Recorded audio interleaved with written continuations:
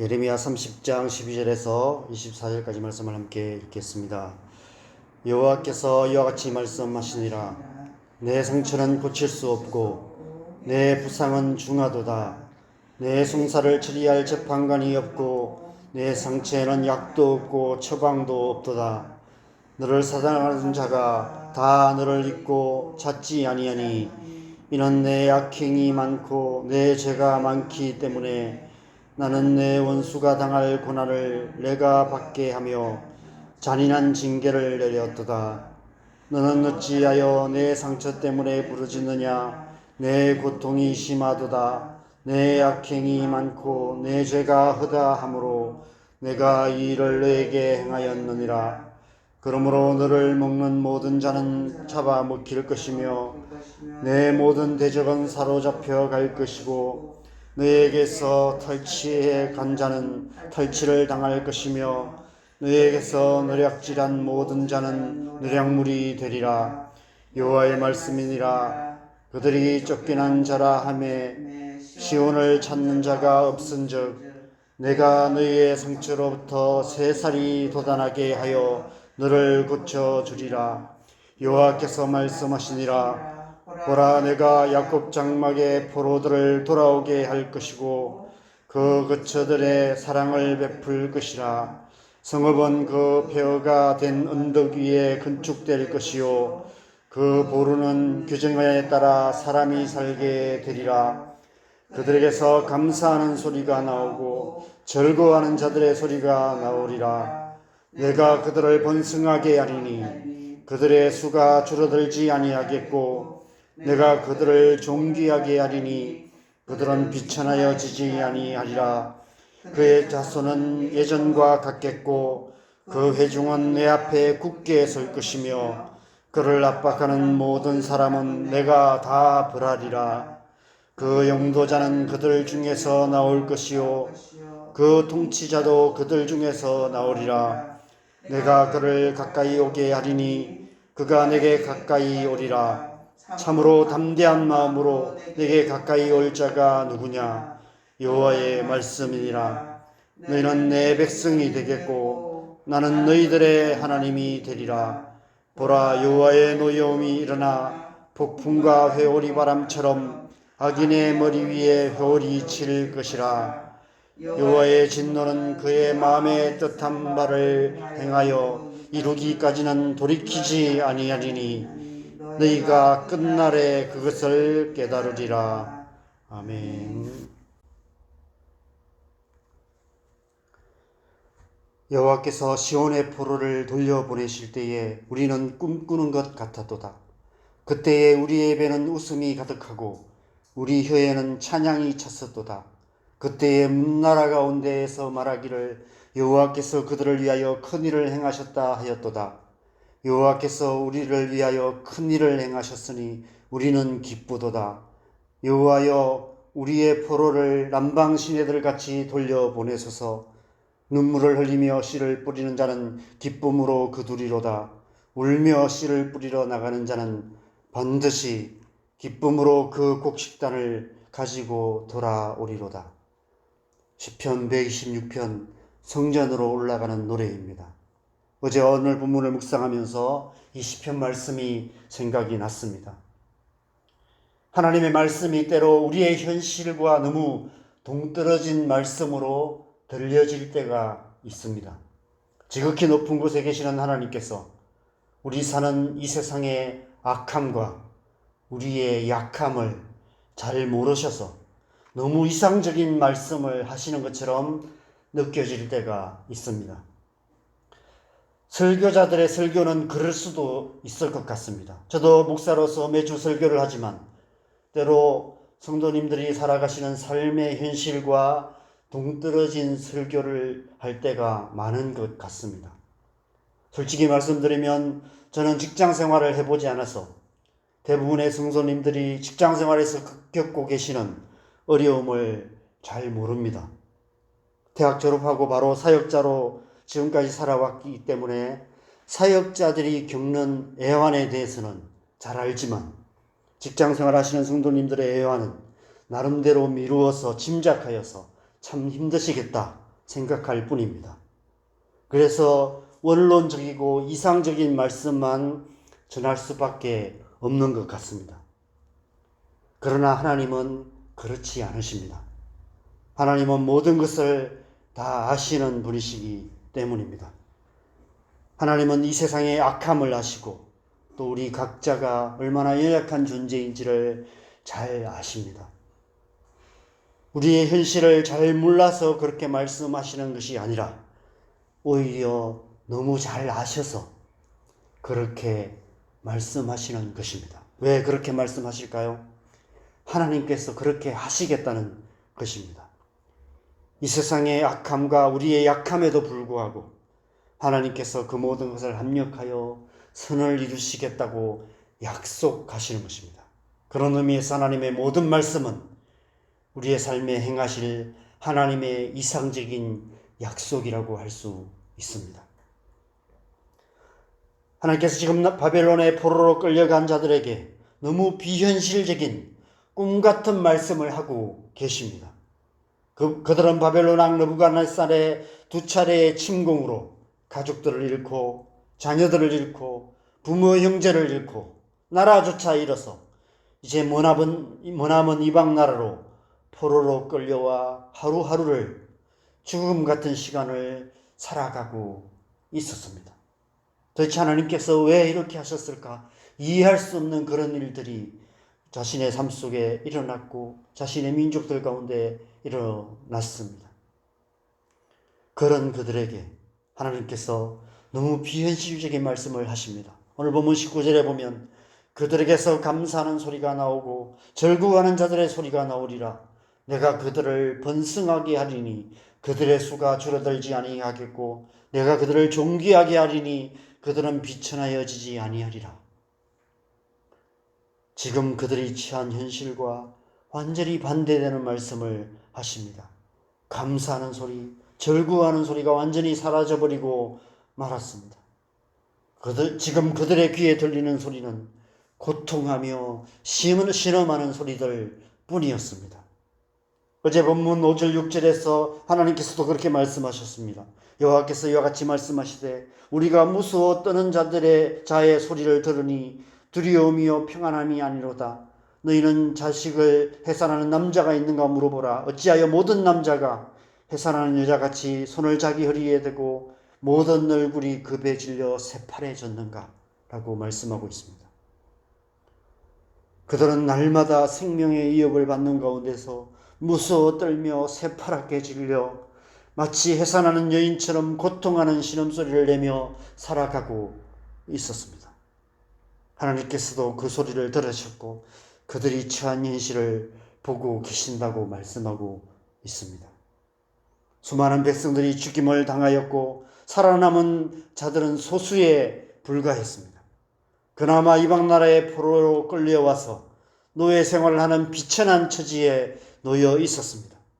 그런데 하나님께서 그들이 처한 현실과는 반대되는 꿈 같은 말씀을 하고 계시는 것입니다. 내가 그들을 번성하게 하리니 그들의 수가 줄어들지 아니하겠고 내가 그들을 존귀하게 하리니 그들은 비천하여지지 아니하리라. 그런데 그 비현실적인 꿈 같은 하나님의 말씀이 성취된 것입니다. 여호와께서 시온의 포로를 돌려보내실 때에 우리는 꿈꾸는 것 같았도다. 그때에 우리의 입에는 웃음이 가득하고 우리의 혀에는 찬양이 찼었도다. 여러분, 이런 일들이 우리의 삶 속에도 일어날 줄 믿습니다. 우리가 기도는 하지만 정말 그렇게 될까 싶은 그런 일들, 언제쯤 그런 일이 있을까 싶은 일들이 속히 우리의 삶 속에 이루어지기를 소망합니다. 우리가 날마다 기도하는 많은 기도 제목들 있습니다. 하나님께서 속히 그 기도 제목에 응답하셔서 이런 꿈 같은 일들이 우리의 삶 속에 일어나서 우리의 입에도 웃음이 가득하고 우리의 혀에도 찬양이 가득한 그런 은혜가 있기를 간절히 소망합니다. 꿈 같은 일이 정말로 일어났습니다. 아마 오늘 본문에서 70년 아니면 80년 후에 일어난 일인 것 같습니다. 하나님께서 정하신 기한이 찬 후에 하나님께서 뜻하셨던 그때에 하나님께서 계획하신 그때에 하나님께서 그들을 다시 본토로 돌아오게 하셨고 예레미야를 통해 말씀하신 이 비현실적인 약속이 이루어지게 된 것입니다. 그러나 오늘 본문의 이 약속은 단지 바벨론 포로 귀환만을 말씀하시는 것이 아닙니다. 그보다 더 먼 미래에 하나님께서 행하실 더 꿈같은 일에 대한 약속이기도 하고 오늘날 이 시대를 향한 약속이기도 하고 장차 임하실 하나님 나라에 대한 약속이기도 합니다. 21절을 보면 그 용도자는 그들 중에서 나올 것이요 그 통치자도 그들 중에서 나오리라. 내가 그를 가까이 오게 하리니 그가 내게 가까이 오리라. 참으로 담대한 마음으로 내게 가까이 올 자가 누구냐? 여호와의 말씀이니라. 참으로 담대한 마음으로 하나님께 가까이 올 영도자, 통치자가 누구입니까? 다윗의 자손으로 오신 하나님의 아들 예수 그리스도입니다. 하나님께서 지금 예레미야를 통해서 장차 온 세상의 구원자이신 예수 그리스도께서 오실 것을 약속하고 계시는 것입니다. 그래서 다음 절인 22절에 이렇게 약속하고 계십니다. 너희는 내 백성이 되겠고 나는 너희들의 하나님이 되리라. 이 말씀에서 너희는 누구를 말할까요? 단지 유다 백성들만을 말할까요? 바로 예수 그리스도를 믿는 저와 여러분을 말씀하시는 것입니다. 누구든지 예수 그리스도를 믿는 자는 하나님의 백성이 되고 하나님은 그들의 하나님이 되실 것을 약속하고 계시는 것입니다. 그래서 저와 여러분이 또한 그렇게 담대히 은혜의 보좌 앞에 나아갈 수 있게 될 것이다라고 약속하고 계시는 것입니다. 천지를 창조하신 하나님의 말씀이 그렇게 이스라엘 역사 속에 이 땅의 역사 속에 또 지금도 우리의 삶 속에 하나님의 놀라운 구원의 계획을 이루어가고 계시는 것입니다. 그래서 이사야 선지자는 이사야서 55장 8절 9절에서 이렇게 말씀하고 있습니다. 이는 내 생각이 너희의 생각과 다르며 내 길은 너희의 길과 다름이라. 하늘이 땅보다 높음같이 내 길은 너희의 길보다 높으며 내 생각은 너희의 생각보다 높음이니라. 흔히 하는 표현으로 하나님의 생각은 우리의 생각과 하늘 땅만큼 차이가 난다는 것입니다. 그래서 우리의 삶에 아무리 생각해도 이해가 안 되는 일이 일어납니다. 아무리 기도해도 응답되지 않는 기도 제목들이 있습니다. 도대체 하나님의 뜻이 무엇인지 알 수 없는, 그래서 때론 하나님의 존재조차도 의심되는, 하나님이 정말 나를 사랑하시나 우리를 사랑하시나 하나님의 사랑이 의심되는 그런 일들이 많이 있습니다. 그래서 하박국 선지자처럼 하나님을 향해서 어찌하여라고 거듭거듭 물을 수밖에 없는 그런 일이 우리의 삶 속에 있습니다. 그 하나님의 높으신 생각을 우리가 언제쯤 온전히 알 수 있겠습니까? 오늘 본문 마지막 24절은 이렇게 끝을 맺고 있습니다. 너희가 끝날에 그것을 깨달으리라. 지금은 온전히 알 수 없습니다. 그러나 끝날에는 알게 될 것입니다.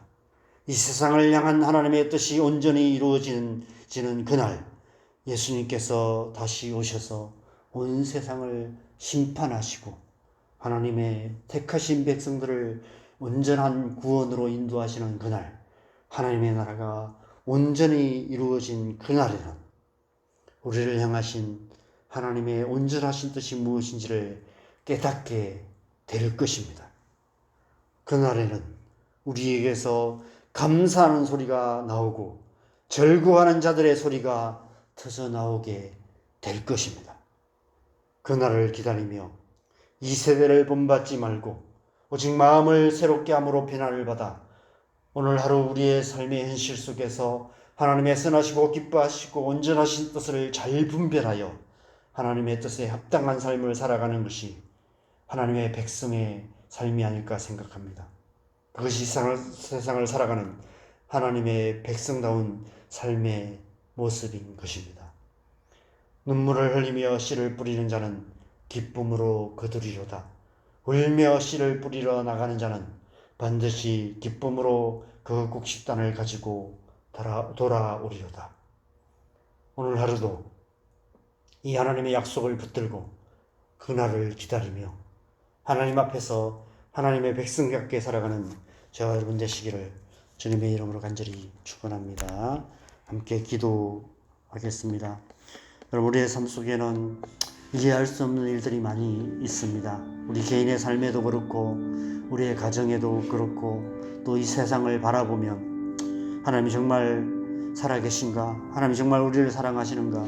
하나님이 정말 우리의 기도를 들으시는가? 하나님 도대체 무엇을 행하시는지 이해할 수 없는 일들이 일어납니다. 어쩌면 어떤 것들은 시간이 지나면 알게 되는 그런 문제들도 있을 것입니다. 시간이 지나다 보면 이전에는 알지 못했던, 이해할 수 없었던 하나님의 말씀이 지금은 이해가 되는 말씀이 있습니다. 그런데 때로는 지금도 여전히 알 수 없는 그런 말씀도 있고 지금도 도저히 이해가 되지 않는 그런 일들이 우리의 삶 속에 있습니다. 어쩌면 평생 죽을 때까지 이해되지 않는 말씀도 있을 것이고 죽을 때까지 이해되지 않는 어떤 삶의 현실, 그런 어떤 문제들도 있을 것입니다. 그러나 그날에는, 우리의 삶이 다하는 그날, 우리가 주님 앞에 서는 그날, 주님께서 다시 오셔서 하나님 나라를 온전히 이루시는 그날에는 우리가 지금은 거울을 보는 같이 희미하게 보이는 그 모든 것들이 온전히 알게 될 것이고 그 주님의 얼굴을 보게 될 때 그 모든 하나님의 뜻을 온전히 알게 될 것입니다. 그날까지 우리는 하나님의 약속을 붙들고 하나님의 선하심을 신뢰하면서 끝까지 기도의 씨를 뿌리며 그렇게 살아가는 것, 그것이 우리의 삶인 줄 믿습니다. 오늘 하루도 하나님의 신실하신 하나님이심을 믿고 하나님의 살아계심을 믿고 하나님의 약속을 붙들고 기도하는 하루, 그렇게 기도로 씨를 뿌리는 하루 살아가기로 결단하면서 우리의 삶을 주님 앞에 올려드리며 함께 기도하겠습니다. 기도하십시다.